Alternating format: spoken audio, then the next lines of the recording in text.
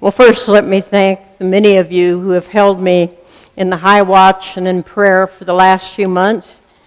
And let me say I felt your love and I felt your support. And it is a pleasure to be here again and to share this opportunity with Sally and some others that makes it know that love is all around us. You know, my first Unity teacher here was Charles Roth. Charles taught a great deal about metaphysics, and I certainly was attracted to the intellectual part of Unity. You see, I'd given up on love. And so I studied, I read metaphysics, I read the interpretation of the Bible and took classes. And I really agreed with Reverend Roth when he said, love is one of those things that we think we know all about, but when we stop to explain or analyze it, we find it slips through our fingers like quicksilver. I'm not sure that I agree with that statement at this point, because I think love is something we all know. We know within ourselves. Dick Everett, who many of us had the honor of hearing a couple of weeks ago, was my second Unity teacher. And shortly after he came, he started the lay ministry, and I became a charter member. I knew service was an important part of the lay ministry, and I was sure that Dick would have me do something with volunteers. You see, I work for the chamber, and I work with hundreds of volunteers. But when it came time for my assignment, Dick wanted me to help with the reorganization of Sunday school. Sunday school! I thought, oh no, I gave up on kids too. Well, I thought it would be a short assignment just to help reorganize. But over a decade later, I was still working with the kids. When Dick asked me to do Sunday school, I didn't ask what would love do. I tried to talk him into someone else. Someone like Pam Gurman, who owned a preschool and love radiated from her when she was with kids. And the only thing I convinced him of was to make her co-director. So I started, and I became involved. And I actually wrote a play and the music for a Christmas play. Now, I didn't write plays and I didn't write music, but this just came to me. Within 2 weeks, an entire play, Little Almost Angels. I think there's a book out on the table that has some pictures of the 22 little almost angels. Actually, they were angels. And I will have to say that much that I know about love, I learned from those little angels. The youngest and the lead, 4-year-old, and the oldest child was about 10. So they were little. And I did learn from these wise souls and little bodies. You really want this? Greatest love. I believe the children are the future. Teach them well. I know you know this. Let them see all the beauty they possess inside. Give them a sense of pride to make it easier. Let the children's laughter remind us who we used to be. That's enough. The greatest love of all. We often see this in the innocence of the children. We often see it within ourselves. You know, I realize that love is not what we do, it's what we are. We have all the love within us that we're going to get right now, right here. But we must be open to express that love. We are already filled with love. You know, there's a story about a man who wanted to be filled with love. So he made a journey up the mountain to the guru that lived there. And he said, "Fill me with love, fill me with love." And he waited, and the night went by, and the next day as he journeyed down the mountain and he heard the birds singing, he was sure God's song. And he looked at the beautiful wildflowers. He was sure he was filled with love. But when he got back to the village, he noticed he was jealous. He was rude. He was greedy. And he'd read that this is not love. So he went back up the mountain again. And he said, "Fill me with love, fill me with love." And again, as he went down that night, he saw the beautiful sky. He knew he was filled with love. But once back in the village, he noticed he was impatient. He was unkind. He was boastful. And again, this was not love. So he went back up the mountain again. What else would you do? And he yelled, "Fill me with love, fill me with love." And in just as loud a voice, the guru said, "I have filled you, but you leak."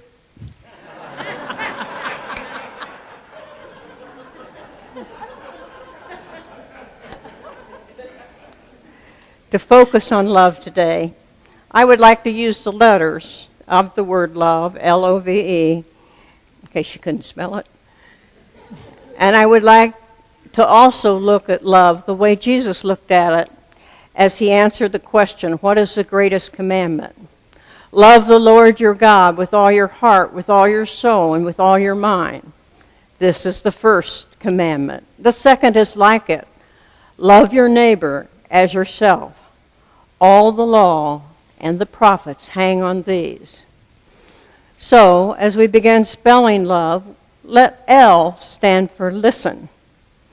To love the Lord your God with all your heart and all your mind, we must listen. We know that this means that we meditate and go into silence, but I also believe it means to listen to your feelings and the feelings that God communicates with you. To listen with your soul. Reverend Everett's pointed out a couple weeks ago that it didn't take hours of meditation because it can happen in just a few minutes. I believe listening with our minds is listening with our teachers. Teachers being open and letting it resonate within us. Reverend Betty Bartis told us last week about the founder of Unity, Myrtle Fillmore, how she listened to E.B. Weeks. You are a child of God and you don't inherit sickness. Myrtle listened. And then she listened with her soul. And she was able to realize the true meaning that every cell has love and truth within it. And this truth, as she taught it, made a difference to thousands of us. We can talk about God. We can read about God. But we must listen to God. Since God is love, as we listen, we will know how to express God. Jesus said the second commandment is love your neighbor and yourself as yourself. Now this sentence has just two parts in a simple sentence. First, we must love ourselves. And second, we must love our neighbor. We must listen to ourselves, what we are saying. What is that self-talk that we talk about? Do we say, I never can do that, I've never been able to do that, or I have bad luck whenever I try this? Well, you can stop that by adding the sentence, up until now. Up until now, that's been true. But by saying up until now, you're opening yourself to change. You're opening yourself for something new and seeing yourself with love and differently.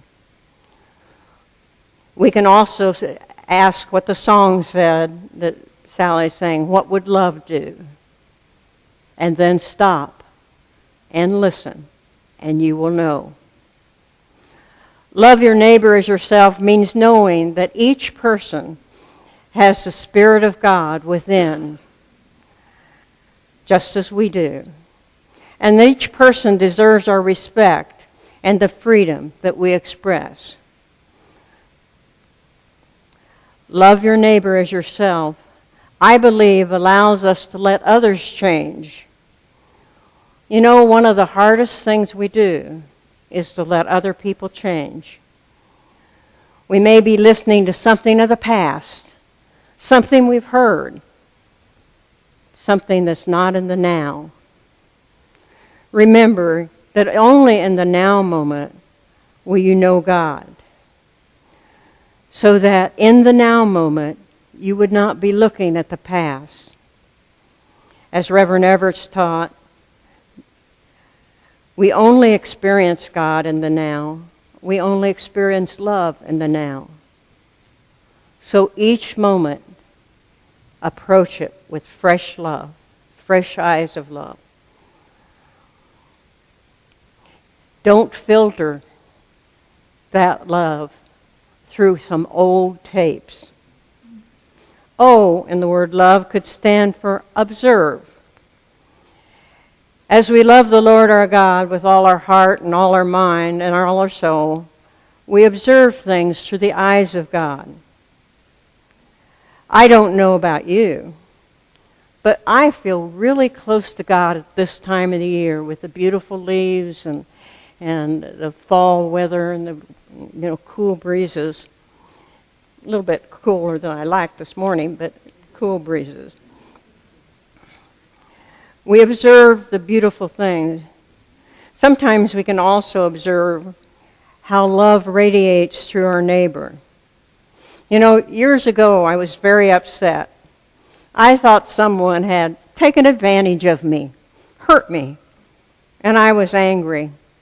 And I did something I didn't do very often at this time of my life.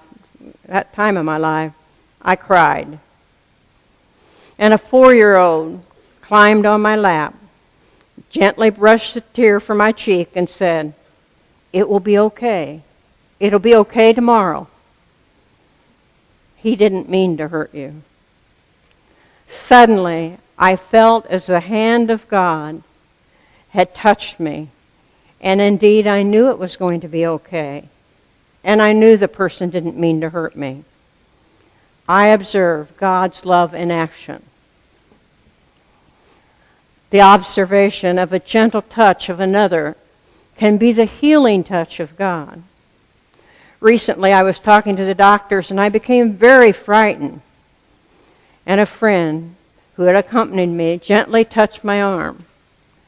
I observed this was a message. God's healing love is more powerful than this. Yes, we can observe God's love in action. As I mentioned in the past few months, several of you have held me in the high watch and sent cards and notes to me. And I could hear you. I could tell. I would suddenly feel a peace that passes understanding. I was able to observe this feeling and allow it to permeate my body and made me aware that healing was taking place. As you observe the acts of love and kindness, please be free to thank others. Write a note or just say thank you. And mainly give them appreciation in your prayers. As we take time in our prayers every day to thank others for the acts of love, we will begin to observe more and more acts of love. We observe love through ourselves when we take care of ourselves. Paul reminded us in Corinthians, "Do you not know your body are temples of the Holy Spirit who is in you and whom you receive from God. We may observe ourselves doing something we realize is not loving. We can hold on to that guilt, or we can realize we're having a human experience. We can make our amends and forgive. We can forgive realizing that we are first spiritual beings and we are love. Charles Roth wrote in his book, More Power to You, as you peel off the layers of wrong habit responses, the real loving person that you are shines forth more and more through your actions, through your presence, and through your words.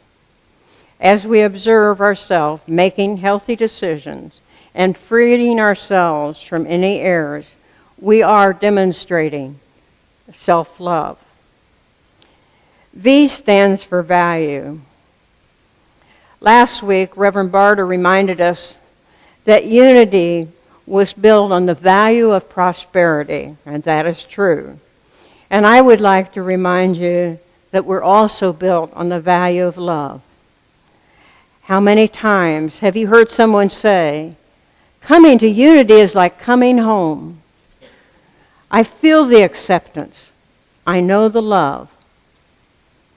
One of my favorite songs that we sang so often here was I Behold the Christ in You. We usually sing this together, but here we go.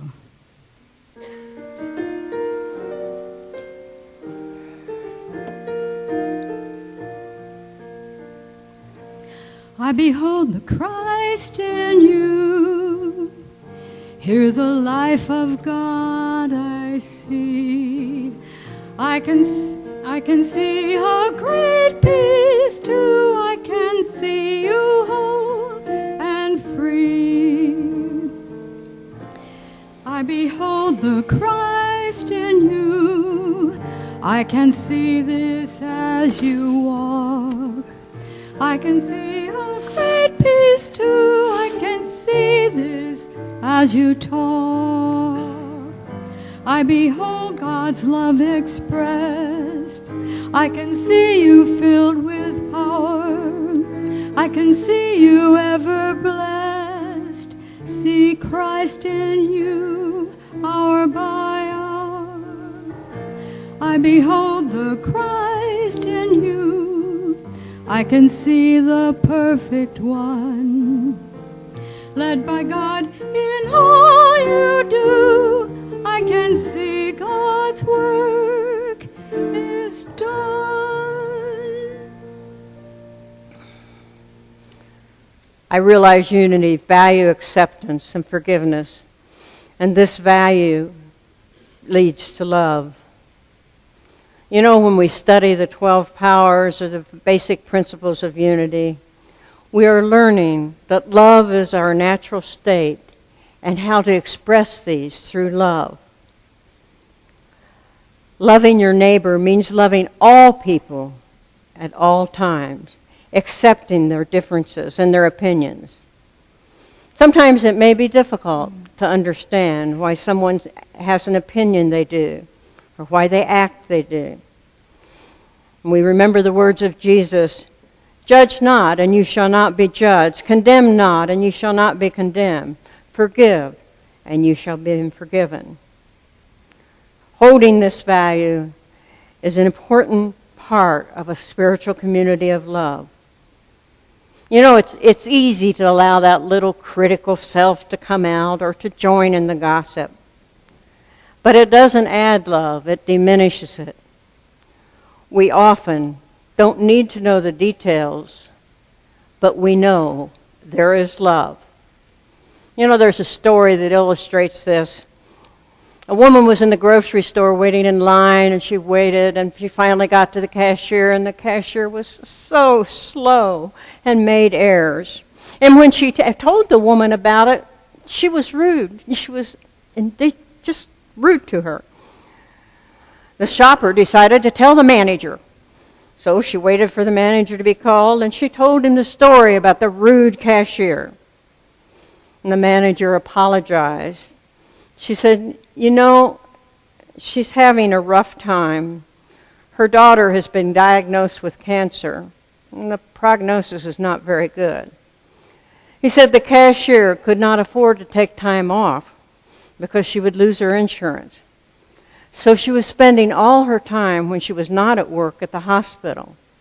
He said she had to take 2 buses to get there and 2 buses to get home to change clothes to get back to work.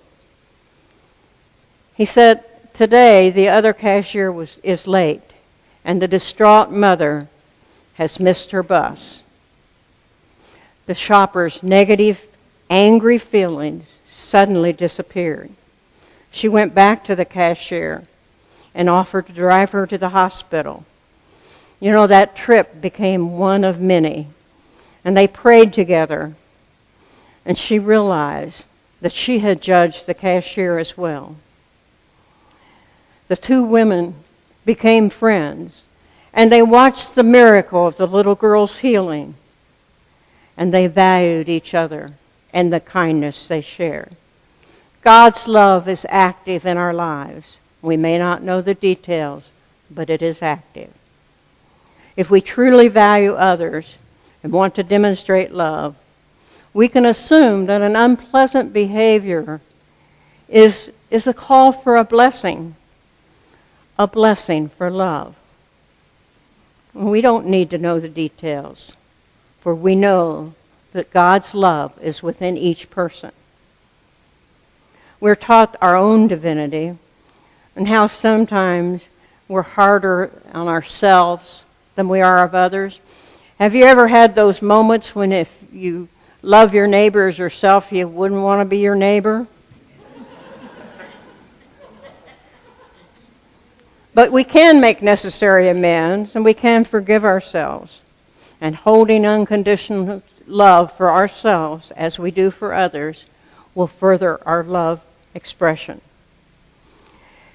Another value of unity is the value of positive thought. We have often said that as you hold positive thoughts in your mind, they produce after the kind. You know, there's a demonstration for this. Is Larry here? He's right here. Larry's going to show us the demonstration, and he's going to have somebody help him, I think. Larry? Go ahead. Thank you, Andrea. We often don't think that our thoughts are measurable, but we are all energy, and the energy field is out there. I often laugh and tell my class that I'm old enough that when I used to go to my aunt's house, the telephone was on the wall. You had to crank it. You had to speak into the microphone, and you would get the operator. And of course, the operator would have to connect you to the next person and let them answer. And then, of course, the operator pretty much knew your business and everybody else's business in the whole town, so there was no secrets. But energy is measurable, and our thoughts are measurable. And what Damien is going to do, we're going to demonstrate how positive thoughts are measured and how negative thoughts can be measured. When these are basically like dowsing rods or 2 coat hangers that have been cut. And when a positive thought happens, they will come together. When a negative thought happens, they will go apart. And so even though we may not realize it, our thoughts are energy and are definitely measurable. And when we interact with other people, these thoughts lots of times maybe that don't match what our words are, and that other person can obviously pick up on those kind of things. So I'm going to have Damien, I will demonstrate with him first, ask him to think of something very negative, and we'll see what happens, and then something very positive. This is not magic.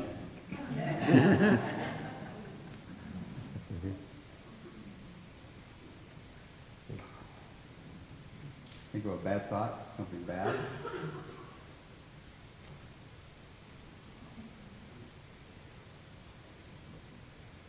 think of some loving thought.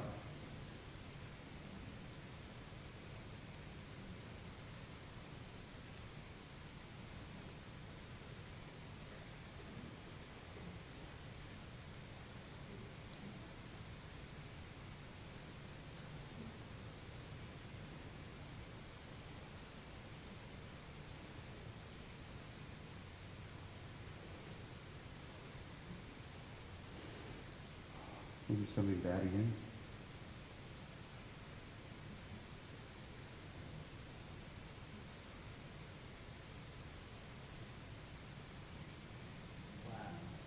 And something loving again.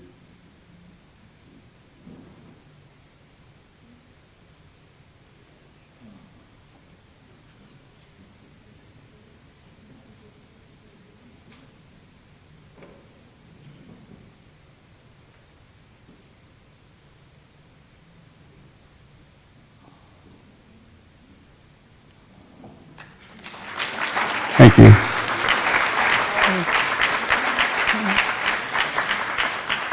Well, you don't have to carry a couple of coat hangers around with you or dial rods to tell.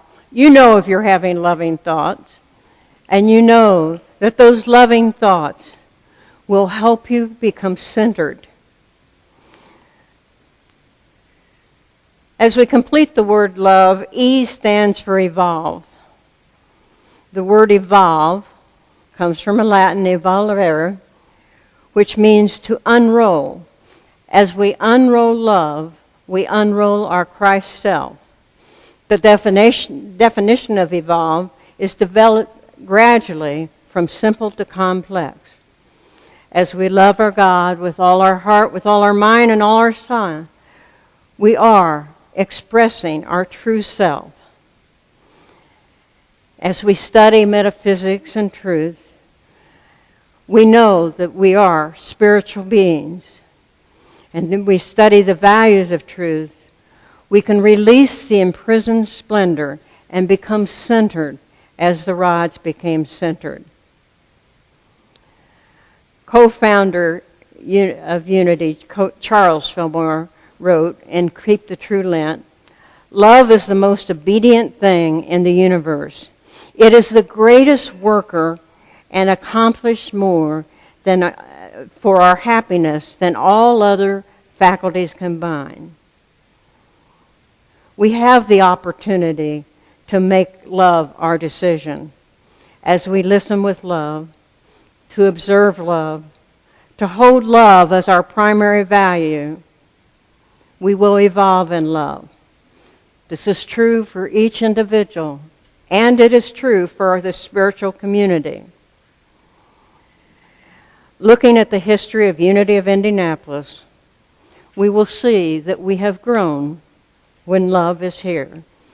Practicing the presence of God, we accept everyone and accept the opinions of everyone. While we may not agree with some opinions, we know we have the right to express them. Well, we may not agree with some behaviors, but we know we can observe them in love. We value each individual and appreciate their differences. With love, we will continue to evolve as a spiritual community. Imagining no limits, love will continue to empower and inspire and realize our personal greatness. Unity of Indianapolis will continue to empower the people to live the life of truth. We will listen to the words of love, observe the acts of love, value our service in love, and we will evolve for another 100 years. I project, hold on to love. Unity of Indianapolis will be a community of love for another 100 years. Thank you.